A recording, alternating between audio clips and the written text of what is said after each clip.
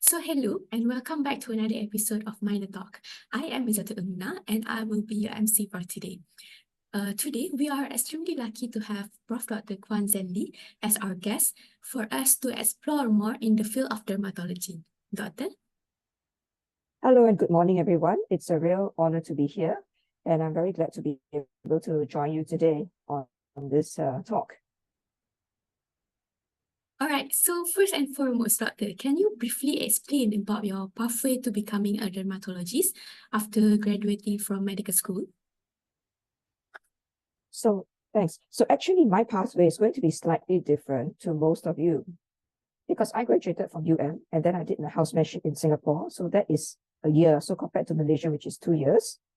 And then subsequently, I did my MRCP. I worked in Australia for a while. And then I decided to come back to Malaysia, and that's when I joined dermatology training. So dermatology training is about 3 years. And subsequent to that, I did another subspecialty fellowship in London for most micrographic surgery and advanced dermatological surgery. So if you're talking about, for most Malaysian medical graduates, if you are not going to go overseas, your pathway is going to be 2 years of housemanship, and then you become a medical officer, an MO. And then after that, you have to do internal medicine training. So you're looking at about 4 years of either you're joining the Masters in Medicine or you're doing MRCP. And subsequently, you get set as a physician for about 6 months. And then you have to apply to enter the dermatology subspecialty training program, which in Malaysia is organized under the auspices of University Kebangsaan Malaysia, UKM.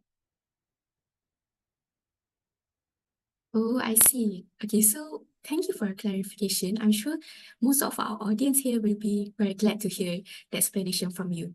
Moving on, I think I would like to ask, how is actually your usual day as a dermatologist? So the day actually depends on what day of the week it is. So generally, our working hours are, I would say, fairly good. Okay, so I would start around 8 o'clock in the morning, finish around 5 to maybe about 6 o'clock, depending on my day. So every day we have clinics because dermatology is a very outpatient-based kind of specialty. So generally, my clinics would be for half a day.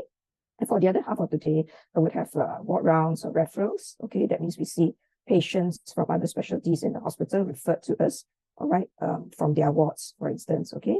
And then we also have procedures, okay, such as dermatologic surgery in the minor operating theater, and then we have laser as well. So that procedures is around twice a week. And besides that, I do need to find time because I'm in an academic institution. So I need to do things like research and teaching because publications and stuff like that are very important for academic staff. And every fortnight, we have a clinical pathological correlation meeting with the pathologist to look at the histopathology for skin biopsies. So it's a very, very varied kind of life, which is, I find very interesting because you're not just stuck doing the same thing every day. And with procedures, life becomes much more exciting and more fun, I would say. So do consider things that, specialties which have a variety of things for you to do. Oh, I see. That's quite hectic also, right? Basically, I also have dermatology in mind for a long time already. And I think after hearing your explanation, I am rather more excited to dive deep into dermatology. What do you think is the most common case and the most craziest case you have ever encountered during your service period as a dermatologist? So the most common diagnosis that we see is actually eczema. Now, bear in mind, eczema is actually a very umbrella term. So it's actually a very broad kind of term. And there are endogenous eczema, so things like atopic eczema, stasis eczema, xerotic eczema, and all those fall under the umbrella of eczema, endogenous eczema, as well as exogenous eczema, which are things like irritants or allergic contact dermatitis. So if you have such a broad umbrella, I would say, in a previous study that we did, 38% of our clinic workloads are actually eczema. So that's a really big component of what we do. About 11% of patients in that study were patients with psoriasis. So that's a very particular interest of mine, patients with psoriasis. And, so that's those two conditions actually form a very big part of what we do every day. So besides that, in Malaysia, because of our climate and our, we're a tropical country. So we see a lot of infections, especially fungal infections like tinea pedis, tinea corporis. So those are very, very common things. It's very, very interesting because you can see that in dermatology, there are 3,000 over sort of diagnoses in this field. So it's a very varied thing. So we just don't deal with inflammatory conditions like what I described. We also do skin cancers, some surgical work as well. And if you're so inclined, you can do cosmetic work, all right? You can also do things like autoimmune, bullous disorders, etc. So with 3,000 over things to do, imagine there is definitely something for everyone, if you can put it that way. So whether you like medical dermatology, cosmetic dermatology, or more surgical-based dermatology, you can find something that interests you, that's something for you to do. So that's the really great part about it. Now, coming to the most interesting or the craziest cases, I think I've got two to share. And I'll start with the more serious one first, so to speak, okay? So we had a young gentleman, he's an ethnic Indian, Malaysian, and he came to our clinic with a very interesting pattern of hair loss. So normally we think people with hair loss, you have that balding look in the center, like male pattern baldness or female pattern baldness, or even alopecia areata, which is more patchy sort of hair loss. But for this gentleman, he came in with a zigzag line across his scalp, if that makes sense. So his hair's fine, it's a zigzag line like that. And so we asked him, did you go for like a really cool haircut? Did your barber do that for you? And he's like, no, I didn't cut my hair. Okay, this just happened on its own. And so we were like, but it looks, to be honest, it looks really cool. Like someone really did a good job on him. But it wasn't, it was actually a medical condition. And with, looking into the literature and the journals and things like that, this gentleman actually has a form of lupus affecting the scalp, which is known as linear and annular lupus panniculitis of the scalp. And this is actually fairly rare, but cases have been reported. So that was very interesting. It doesn't look like a typical medical condition, but it is something that needs treatment. And he's right, he really didn't get a cool or funky hairstyle. So the second case I have to share with you is a bit more candid, it's a bit more lighthearted. So there was this young, once again, fairly young man came into our clinic with his girlfriend. And typically, people who come in like that for mole checks, he said he has a mole, he wants it to be removed.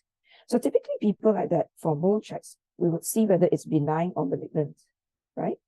So you will use the dermoscope and look at it. So we looked at it and we looked at it and we're like, oh, it's fine, it's not a skin cancer, it's benign. And he was like, oh, I want it to be removed anyway. It's a bit odd. So I asked him why. And this is a Muslim Malay gentleman. And he said, oh, but don't you Chinese believe that most in certain places will change your luck? So this gentleman's girlfriend is from a Chinese background, and she felt that the mole is affecting his luck. So that's why it needs to be removed to improve his luck. So that was actually quite interesting in terms of, cultural differences, and you can see how people perceive what's important to them. Wow, I think the cases are rather inspiring and also very diverse, very interesting, yeah. All right, I think now are you ready for a myth buster session? It's like the session is rather easy. I will just ask you a few questions and you just have to answer yes or no. All right, Dudley? Yes or no, with or without explanations. Alright. You can have explanation and maybe just yes or no. Okay. So the first one, is it true that we have to reapply sunscreen every 3 to 4 hours? Now, I would say this is partly true, but I would prefer every 2 hours. Now, the reason being is you think that you apply it 15, 20 minutes before you go into the sun, but don't forget that when you are out there, you're going to be perspiring. And then sometimes we have this habit of rubbing our faces, we do this, right? Yeah. And so with that, it rubs off. And that's why we do recommend it to be reapplied. Oh, I see. Interesting. Okay, so next one. Is it true that we do not have to cleanse our face using a cleanser in the morning? Because some people say that we just have to cleanse our face using just plain water in the morning. I would say I don't really agree with that. And you are supposed to clean your face twice a day with a cleanser to remove dirt as well as things like makeup, things like that. So it is recommended to clean it twice a day with a cleanser. And personally, I find that with my own acne, I find that using a glycolic acid-based cleanser or mandelic acid-based cleanser, it does help even with my acne. So I do prefer to use that sort of cleanser, but it depends on your skin type and what sort of problems you face. And then you have to tailor what you use accordingly in terms of products. And then next one is quite controversial, I think. Is it true that pores can never shrink? Okay, so in a way, yes. So a lot of things, Partially true, yes. The size of your pores are permanent because these are hair follicle openings in your skin. And furthermore, if you have clogged pores, it becomes more visible. But you can minimize the appearance of your pores. So it's still there, but you don't make it so obvious. So there are a few things that you can do. So firstly, if you have acne, you have to treat it, okay? Get proper medical treatment, use the proper topical products, all right? Use cleansers and/or products with AHAs, such as glycolic acid, or BHAs, which example, salicylic acid. Retinoids or retinols are also useful to improve the appearance of the skin. And don't forget, as we mentioned earlier, protect your skin with sunscreen and use non-comedogenic products, especially if you have a tendency to acne. Sometimes certain procedures can help with the appearance of your pores, so such as certain lasers or chemical peels. So yes, there are certain things that you can do to minimize the appearance of your pores so that you would look better. Oh, so we just can minimize their appearance, not shrink them like wholly, right? The pore itself. Okay. Yeah, the pores themselves will still be there, but you want to minimize how they look. I see.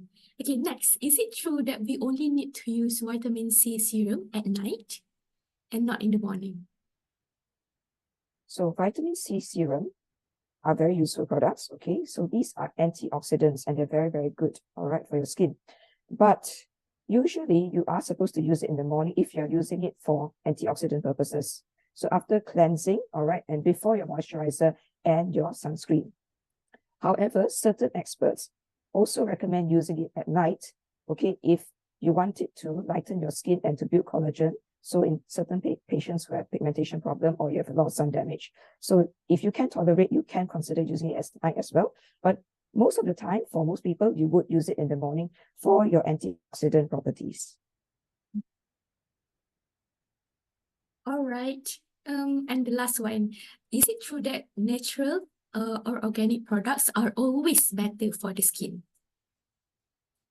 So you know, when you have an exam question and says always, it's usually wrong, right?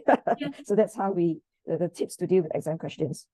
So they are not, because of course, in terms of marketing, people like to use the branding of natural and organic. It does attract a lot of consumer attention and awareness. However, do bear in mind that some of these products contain, things like from herbs or certain chemicals that can actually cause allergic contact dermatitis in susceptible individuals. So it is not for everyone. If it does work for you, say certain essential oils, that's well and good. But certain products will cause problems if you have a tendency to get allergic contact dermatitis. So once again, exercise caution, natural or organic is not always better. I see. All right. So I think that's the end of our Mythbuster session. And to certainly hold up this entire interview, do you have any advice for medical students who are choosing their specialty, especially in dermatology? All right, so for young people, what I would say is sometimes you do need to take some time to explore your interests and align it with your innate talents and abilities. So what you can do, all right, so interests as well as capabilities. And sometimes it also depends on what opportunities are available. So you have to kind of look around and work hard to, get your knowledge up to par, get your skills, all right, your clinical skills, your procedural skills, work hard to attain your dream in whatever you want to do. Secondly, networking is also very important. So even as medical students, it's time to get to know the other doctors, your colleagues, all right, your seniors and superiors, all right. And you have to prove yourself at work to the bosses. So prove that you can do it. It's not just about interest. Anyone can be interested, but you have to prove that you have the knowledge, you have the skills, and you're willing to work hard and do your best. So do your best every day, even when you're clerking patients, presenting cases. You never know, maybe one day your friend or your lecturer or your boss, that person might be able to offer you an opportunity somewhere. Okay, so always make friends, always network, try and build your contacts from now. Thirdly, research. Nowadays, because there's so many medical students, there's so many doctors, things are very competitive. So try to get 1 or 2 publications in the area of your choice. So publish, present, get yourself seen, and it looks good on your CV when you apply, especially when it's related to the field that you want to specialize in the future. And lastly, make sure you know your pathways. Sometimes things change, keep updated. So, and you need to know, say, I want to be a physician, I want to be a surgeon, I want to be an ophthalmologist. What kind of pathways are available? What exams do I need to take? And prepare for the exams. Talk to people, get tips, what do I need to do to prepare? How do I study? What books do I use? What resources are available? So prepare, work hard, and yeah, basically, what they say, you aim for the moon and the stars, and maybe you'll get somewhere. Wow, that is very, very, very useful, I would say.